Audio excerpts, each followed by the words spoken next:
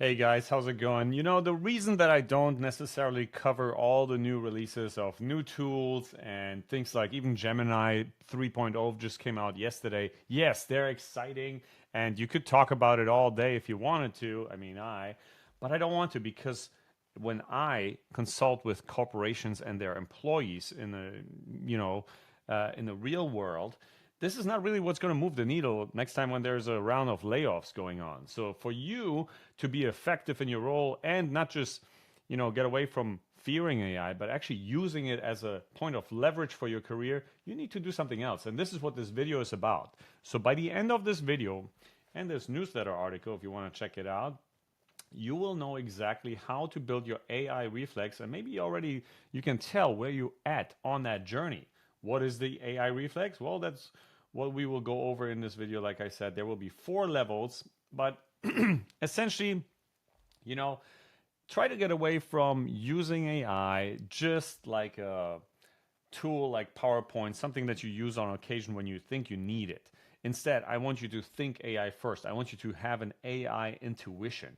All right, so let's go over this. And you can see I actually made this presentation with AI. I was going to write it with, make the video without the presentation because you can technically just take that link from that video, throw it into Gemini, ask it questions about the video, what I'm talking about, and then kind of massage it and do it, make it your own. All right, so interact with this content that you see, obviously not just with mine. So the problem here is that most people, like I already mentioned, use AI kind of like a tool. All right, they leave it in the virtual dustbin, and when they need it, they think for something like write me an email or generate a report, they open the app, they tell it what to do, and they close it, and then forget about everything. All right, I know, knowing the right prompts is important, but I don't want to turn you into some sort of prompt AI sommelier. Okay, it's important to understand what a good prompt consists of. But guess what? You can also use AI to help you get to that. So you don't need to know everything. It's about how fast you shift into AI mode when you hit any type of wall. Ideally, even before that. All right. So when you can find the right word in a meeting, think AI mode. When you feel that a report feels kind of off, AI mode. Does a meeting go sideways? Maybe if you can sneak it in, think about AI mode. Are you trying to figure out how to advance your career but don't know where to start? You guessed it, AI mode. All right? So keep that in mind. With that being said, let's get into this. Let me see if we have. These are the 4 levels that we will talk about. By the way, I asked it to make it clickable. Oh, look, it goes straight to it. That's cool. So it's not just a PowerPoint, it's actually functional, right? But what is the first level of the AI reflex? It says AI mastery. I didn't actually tell it to do that. It's the reflex, all right? It's an AI intuition, if you will. So the first level, this is where we want to remove all kinds of friction. How do we do this? You ideally, like me, I have multiple what do you call it, monitors. One of them always has ChatGPT or Claude in my case, or Gemini or Perplexity running. They're always open in my let me just show you my screen. Let me just try to, I highly recommend that you have your screen. I'm just going to close this because it's a client name here.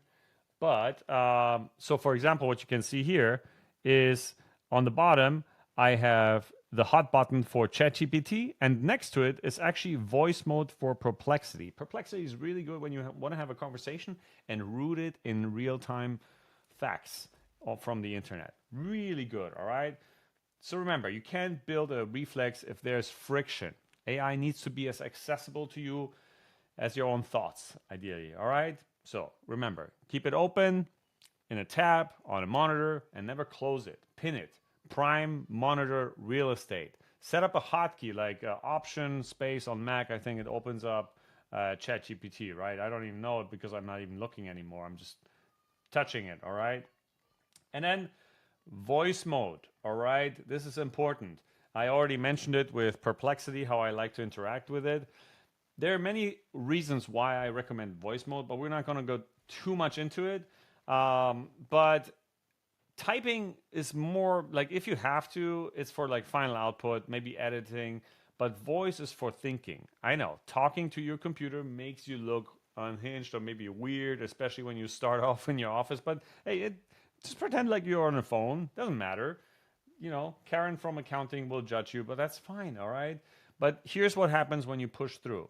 Your more complex thoughts that would take 10 minutes for you to type, you can get them out in 2 minutes, all right? Your brain laziness basically abstracts certain type of concepts automatically when you speak. All right, and then dead time, all right? Use dead time. What is that? Time when you're on your commute in your morning or in the evening. Have a conversation in your car. Do a lot of role play. One of the first things I did with voice mode when it came out, I was pretending like I was on a sales call and the AI was basically giving me all kinds of objections, right? And I had to test myself on how well I could convince it to do a deal with me, all right? So a lot of people have a lot of dead time when you're in a coffee line, when you're walking between buildings. All right, try this for example. I'm explaining my project to a new hire. Stop me if something doesn't make logical sense. All right, so that's that. So that's basically what voice mode is. And then the next one in level 1 is the compute companion. All right, I want you to turn your device into a mobile think tank. Voice mode plus dead time equals 3 hours of extra processing every week. All right, and that's a lot of hours, like 150 hours a year of thinking. When your desk-bound colleagues aren't. So keep that in mind. That's definitely something how you can build real leverage over time. Now, level 2. Let me see if it does the level. Oh no! Where did it go? Where did it go? Where did it go? Let's see. We'll get back into it. All right. So the arrow button don't work. Arrows button. So the second level, this is the co-thinker level. All right. When you're here, it's a big step up. All right. You basically stop AI to work and make it think with you. Usually it ends up being a mix of both. But this really separates you from people that are frantically searching best ChatGPT prompts 2025. Oh, I have a meeting coming up, so I better hurry up. So, the first thing here is the inverse workflow. All right. The old way might have been something like you say to the AI, write a strategy document about digital transformation. But your new Reflex, all right, this will be something like you just dump your messy, half-formed thoughts into AI, and then you write a prompt like, what's the strongest point here that would make my CFO care? What's the weakest one?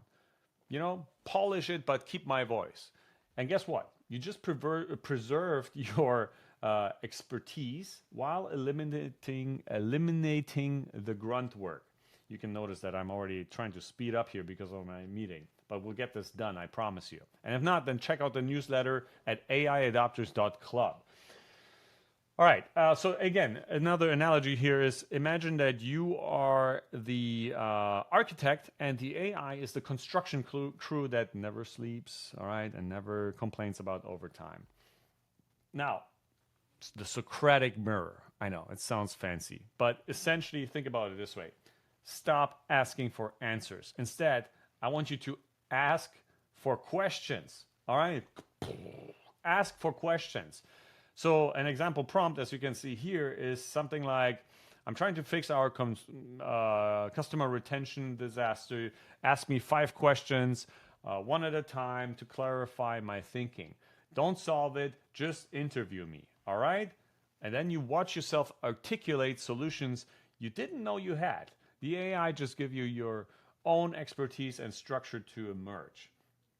Next one is the vibe check here, all right? We go down here, the list, and this is more like an emotional intelligence radar. If you don't have one, guess what? AI can help you with that. So before, you would be sending some sort of touchy email to a vice president in a territory in your company or whatever. Try this prompt. Ask the AI to read this document or this email as someone who's insecure about their budgets and sees me as a threat. What triggers them? So obviously this is very contextual, but you get the point, right? The point is to get a different perspective and maybe to put yourself or put the AI in the shoes on somebody else and explain it back to you. So with that, like I said, you gained an emotional intelligence, an EQ radar, if you will, that your colleagues don't really have, all right? And guess what? Office politics become really predictable with that type of approach. Next one here, we have the devil's advocate. Pretty self-explanatory, all right? When you think that your strategy or whatever, your presentation or your write-up is bulletproof, use the following prompt. I think destroy this argument, find every type of flaw, all right? You basically ask it to criticize yourself and to be really, really rough, all right? That's fine, because guess what? It's better to hear the criticism from AI at 3 p.m. than from your CEO at the next quarterly review, right? So, with that being said, let's go over to level 3. I'm going to hurry up here. Level 3 is what I call the multimodal reflexes, all right? We're debugging your entire life, if you will.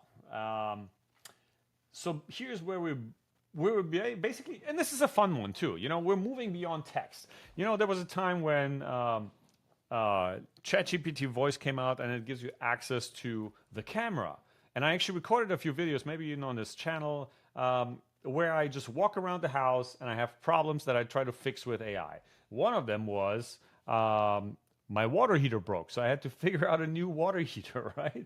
I took photos of it, you know, whatever you can. Like my coffee machine, there's always like this weird, either when it needs to be cleaned, it's like a solid light, and if it needs to be descaled, it's like a blinking light. And before that, I always had to find a video about which one it is, and now I'm just taking a photo or talk to AI, and I ask it directly, all right? So this is the idea.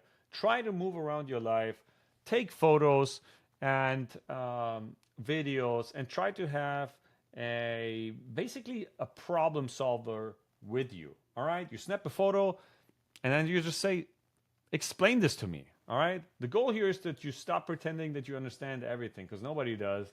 And, you know, every mystery that you solve is really leverage for you, all right? And then we come to the rough sketch. Now, this is also something that has to do with photos, but imagine that you're in a strategy meeting and there's like this incomprehensible whiteboard, all right? You take a photo and then you convert this chaos, and you basically ask the AI to help you turn this into something that's actionable. And you know, the prompt here is convert this chaos into a project plan with dependencies. I always like to add something like ask me any clarifying questions, so you can guide it a little bit into the direction that you want it to go. All right, and that's pretty much it on that level. Let me just move here to level 4, because this is the safe space. All right, we all need a little bit of a safe space, and it's like psychological survival mode.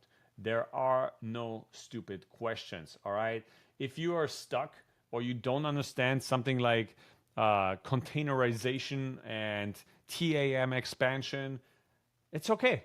You're not lost. Just use your AI discreetly for consultation during the meeting or beforehand. You know, just ask it, explain TAM to me like I'm 12, all right, using the neighborhood pizza shop as an example that we have down here. All right, so vent and structure is another one. This is basically when you're drowning and can't find out where to start. Oftentimes, when we have a step-by-step plan, stress gets relieved. All right, so if you're ever in a situation like this, whether this is personal or professional, voice dump, remember, use voice mode, and also tell the AI to just shut up and listen until I ask you to respond. And then it will say, okay, and then you go. You voice dump everything, every word, every deadline, political nightmare, impossible request, 3 minutes to 10 minutes, well, keep it around 3 minutes maybe, of pure chaos, all right? And then you say something like this: pull out the actual actionable tasks from this mess. Order them by what will stop me from getting fired, for example, right? And guess what? See your panic attack just become a project plan, and that relaxes you already. All right, you guys, I got 2 minutes to go. I'm gonna stop it right here. I think you get it. I got 3 more slides here. Okay, you got AI intuition. You can read the rest in the newsletter that is linked below. You just go to aiadoptersclub.club and you read the full newsletter. And that's pretty much it. This is my presentation. Check it out, screenshot it, and I'll see you in the club. Take care. Bye-bye.